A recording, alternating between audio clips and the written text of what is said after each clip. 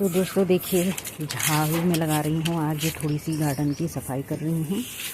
और ये देखिए कितनी सूखी लीव्स निकली है। इसे मैं फेंकूँगी नहीं, इसे कंपोस्ट बिन में डाल दूँगी तो बढ़िया कंपोस्ट बन जाएगा। तो दोस्तों मैं झाड़ू लगा रही थी। झाड़ू लगाते लगाते सूखे पत्तों को देखकर मुझे एक कहानी याद आ गई। तो दोस्तों कहानी पूरी सुने बिना जाइएगा नहीं। तो दोस्तों एक राज्य में एक राजा रहता था। तो खैर राज्य तो काफ़ी बड़ा था उसका, लेकिन जो है उसे बागवानी का बड़ा शौक़ था। शौक़ मतलब बहुत ही ज़्यादा वो बंदे को शौक़ था। तो दोस्तों जब बागवानी का तो शौक़ था, लेकिन कभी बागवानी उसने किया नहीं था। तो जब वो बेचारा प्लांट लगाता था, मतलब पौधे लगाता था, तो वो मुरझा जाते थे। कभी कुछ गलती हो जाती थी, कभी कुछ गलती हो जाती थी, जैसे हम लोगों से हुआ करती है। तो दोस्तों उन्होंने जो है एक बार किसी गुरुजी के बारे में सुना था कि वो बहुत ही अच्छी बागवानी सिखाते हैं कि पेड़ पौधों को किस तरह से लगाना चाहिए, किस मिट्टी में लगाना चाहिए, मिट्टी कैसी होनी चाहिए।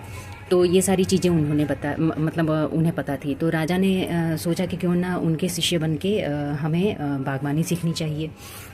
अब राजा जी तो गए गुरुजी के पास सीखने के लिए। तो गुरुजी ने उन्हें सिखाया भी कि पेड़ पौधे भी बच्चे की तरह होते हैं, उनकी देखभाल कैसी करनी चाहिए, उन्हें किस तरह की मिट्टी देनी चाहिए, किस मिट्टी में लगाना चाहिए। तो हर पौधों का स्वभाव अलग अलग होता है। तो दोस्तों राजा जी तो जो है कुछ दिनों बाद वो सीख गए कि किस तरह से बागवानी होती है। फिर उसके बाद जब वे अपने राज्य में आने के बाद उन्होंने अपने बागीचे में खूब सारे पेड़ पौधे लगाए, फल के भी लगाए, फूलों के भी लगाए खूब सारे। तो वो जितने मतलब इतना शौक़ था उनको कि पूरा बगीचा उन्होंने फूल पेड़ पौधों से भर दिया। और इतने सुंदर सुंदर फूल पता नहीं कहाँ कहाँ से उन्होंने मंगाए, और उनका बगीचा बहुत खूबसूरत लगने लगा। और उसकी देखभाल भी वो बहुत अच्छी तरीके से करते थे। जब भी सुबह सुबह राजा अपने झरोखे से झाँकते थे तो उनका मन प्रसन्न हो जाता था। वो इतनी खुशी होती थी जैसे हम लोग को खुशी होती है, कोई पेड़ लगाते हैं और उसमें फूल आने शुरू हो जाते हैं। तो दोस्तों जो है एक बार गुरुजी आने वाले थे उनके यहाँ। सोचा कि देखूं मेरे शिष्य ने क्या सीखा है, क्या नहीं सीखा है। तो उनके राज्य में आए। जब राजा को ये पता लगा कि आज मेरे गुरुजी आने वाले हैं देखने के लिए मेरे बगीचे को, तो राजा जी बड़े खुश हुए। तो उन्होंने खुशी में जो है अपने बाग बगीचे को बहुत अच्छे तरीके से साफ़ सुथरा करवा दिया, पूरी तरह से साफ़ करा दिया। और साफ़ कराने के बाद एक भी पत्ती मतलब सूखी छोड़ी नहीं, और इतनी अच्छे तरीके से गमलों को सजा वजा दिया सब कुछ। जब गुरुजी आए उनके, तो उन्होंने राजा जी गए अवकार करने के लिए। तो गुरुजी वहीं बगीचे में ही रुक गए। तो अब सुनिए दोस्तों, आप ही बताएंगे कि इसका सार क्या है, आप ही इसी का आंसर देंगे। तो अब वे अंदर महल में ना आकर के वहीं बगीचे में रुक गए। उन्होंने देखा हाँ मेरे शिष्य ने तो बहुत ही सुंदर मतलब बागवानी की है, और खूब सुंदर सुंदर फूल भी लगे हुए थे। तो दोस्तों उन्होंने जो है कहा एक कमी है इसमें।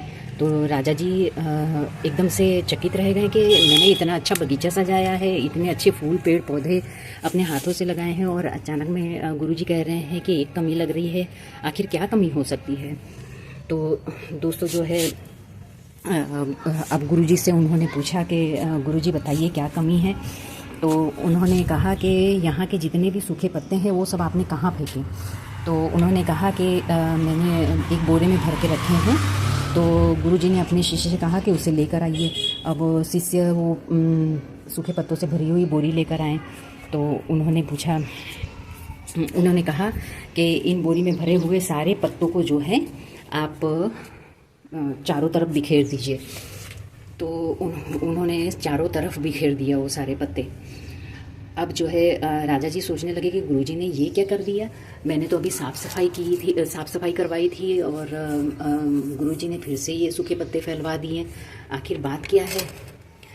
तो दोस्तों अब यहीं से सार शुरू होता है। आप बताइएगा कि इसका मतलब गुरुजी क्या समझाना चाहते थे राजा जी को। तो इसका आंसर आप कमेंट बॉक्स में ज़रूर बताइएगा।